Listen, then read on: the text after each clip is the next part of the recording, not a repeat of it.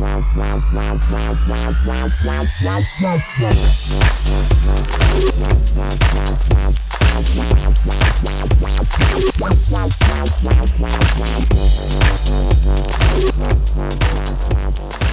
guys, I'm so excited. We're here at Miami DJ Academy with the amazingly hot DJ Aloona. Hi guys. Welcome to our podcast. Thank you. I've been wanting to talk to you for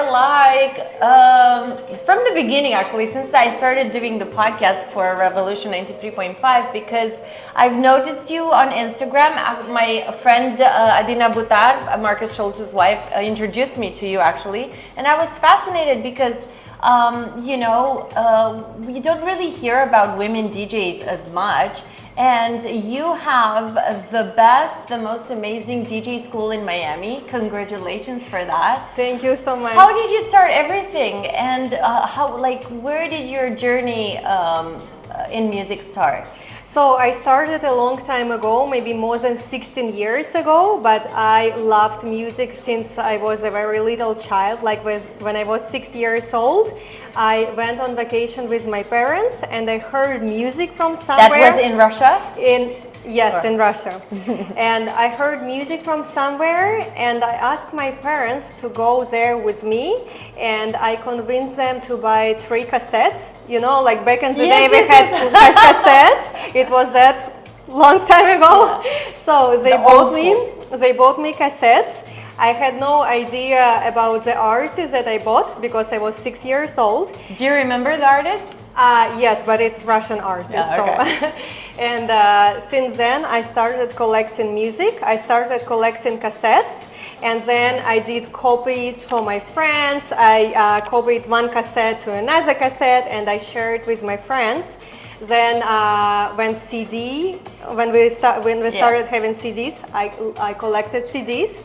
And when the internet came, I started downloading a lot of music, and one of my girlfriends offered me to learn how to actually DJ because I always had a bunch of music. I had a good taste, as they said. And I finished a DJ school in Moscow. I finished DJ course and music production. And since then, my music journey has started. Is DJing really big in Russia? What's the situation? So I don't know how it is right now because I have not been to Russia for almost like 11 years, but it was not that big back in the day, and it was only one big DJ. His name is DJ Groove. He opened his first DJ school in Russia, and it was his first and the best school, and I finished it. And he used to be like a big DJ. Now, I don't know. Oh, that's amazing. And then you came to the United States in a new country, new challenges. What was the hardest thing that you faced and you've overcame as a woman in such a men's world? Yes, that was in a different country. That was the most difficult part because when I moved to Miami in 2015, I played deep house, and nobody wanted to take me with my deep house music because everybody played reggaeton, hip hop, and open format, and a lot of people was trying to convince me to play open formats like hip hop and reggaeton. Oh, really? Deep house was not that big? No, in 2015 in Miami, no. Miami was all about Latin music and hip hop. So, but space was open though. It was just space, but I had to make a living. You know, you cannot play just one gig at space once a week. So if you DJ, you need to gain gigs, and you need to have like a few gigs a week, especially when you just move to a foreign country. So I was playing deep house, and people were like laughing at me. Why you playing deep house? You are not going to go anywhere with this music. But I kept playing deep house, and I literally knocked in every door and asked different hotels and restaurants to let me play. And one of the first hotels where I played was Delano on South Beach. Oh, I used to love Delano. It was beautiful. Yeah. And they did play deep house. They did play deep house. Yeah. And another place where I played was Segafredo. It's like a quintessential of Miami, so I played deep house. There are a lot. There are a lot of Romanians at Segafredo. Oh, really? Yes, and Romanians And love Italians. music. Oh, really? Yeah. Yeah. So Segafredo and Delano were the friendliest places. Yeah, in 2015. But then deep electronic music gained that popularity, and Afro house, like you can hear it everywhere now. So I kept playing that genre that I liked, and it grew. Yeah, that's amazing. I admire what you do a lot. I'm a bit of a feminist, I must say, but not in a toxic way.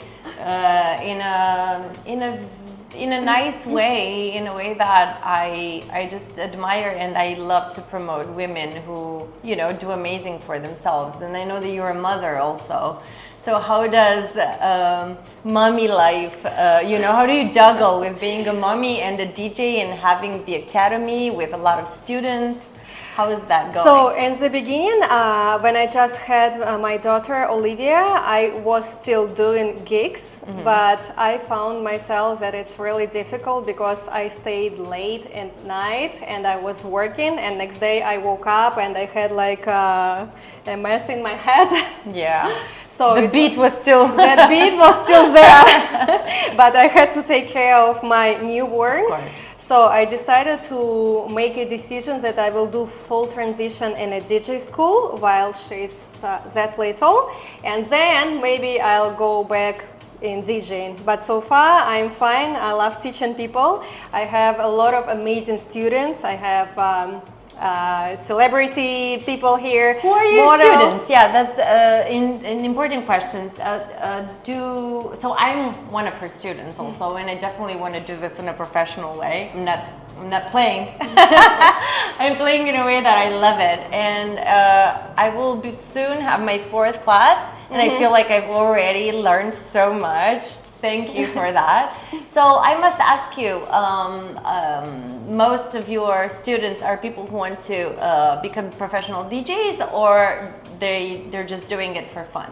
So I have both. I have people who want to do it just for fun, and most of the people who want to do it for fun work in finance industry. It's like big guys who own hotels, who have great business. One of the guys work for Airbnb, and as a student owns a hotel in Coral Gables. So like they're big in business, and they do it like just for fun, to impress their significant others, and just to be able to mix a few tracks together. And the other part of my students, people like you, they're very creative and they want to be professional DJs. Yeah, that's amazing. So are you planning to extend? So now you're in Miami, it's the Miami Academy. Are you planning on opening other spots for other people who maybe want to pursue this career? I have a lot of students from New York coming down to Miami, and they come just for the course. And I have people who come here just for 5 to 7 days. They stay in Miami. They come here every day for 2 or 3 hours. They do like a very intense course, and they come back. Also, you can do that too, because the course is 10 classes. It's 10 hours. Yeah. Is 10 hours enough? Like, how did you create the program yourself? Yes, I create this program myself on my experience, and I have a proof of more than 1,000 students who I taught here at Miami DJ Academy who learned just in 10 hours. Wow. So all the basics, you can learn all the transitions, effects, loops. You will know where to find songs, how to build your playlist, how to keep the audience dancing. So you will know how to build your set in harmony, and it's 10 hours is enough for all of that. I know my next class I'm learning how to build your playlist. My playlist. Yeah. You want to show me something now, like how to use an effect? Yeah, sure. Let's do one of my favorite effects. It calls echo. I really love echo because it goes almost with any genre. So you choose echo. Okay, it's here. Yeah. And open this volume, use filter, move filter This filter to the right. Bring it up more. More. Perfect. You hear this? Yeah.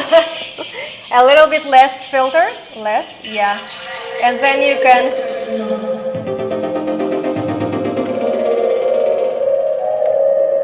And on the kick, turn it off. Off.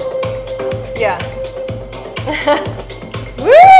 I love it. I'm loving it. What was your favorite festival that you've ever played?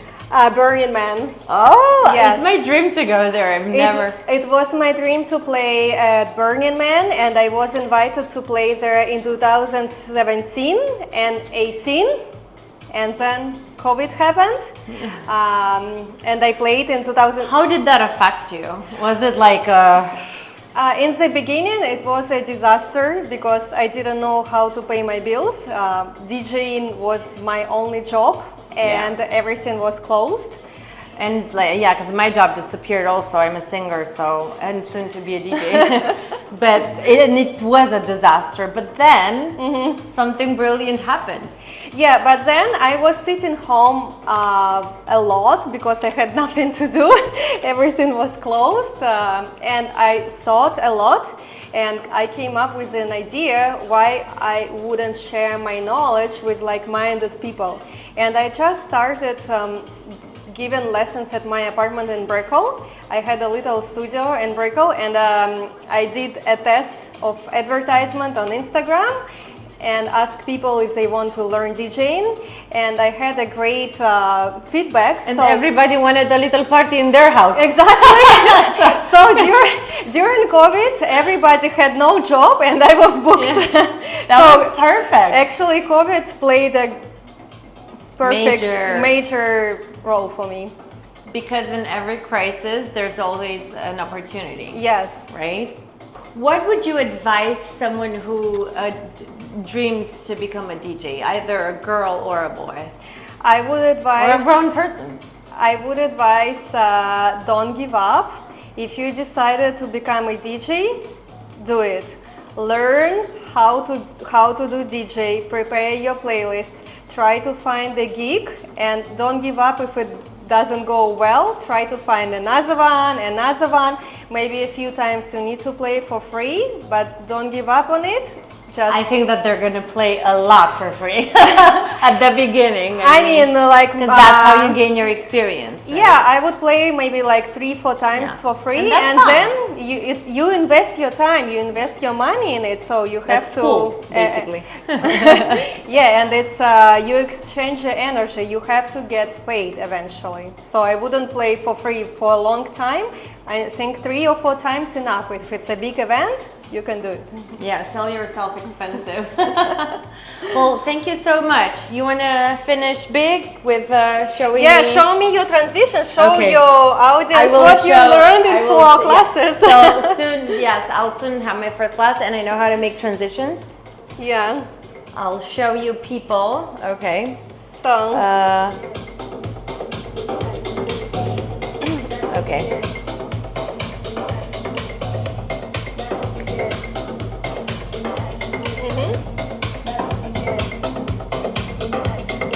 Oh.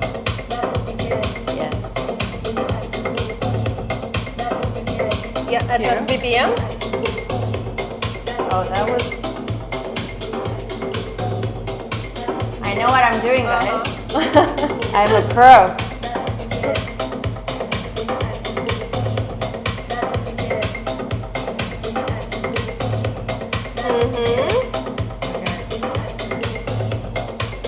And I don't hear it in my... because it's... Oh, okay, yeah. Thank you. So now on a kick, you know what to do. Bam!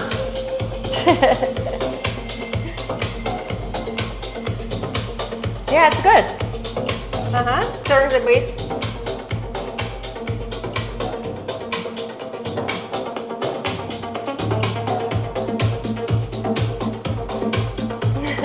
And then I take this down, right? Nice! Yes! Thank you so much. You are so wonderful, and I wish you all the success. Thank you so much for having me. You are fabulous, and I'm so grateful that I'm learning from the best. Love you guys. See you next time.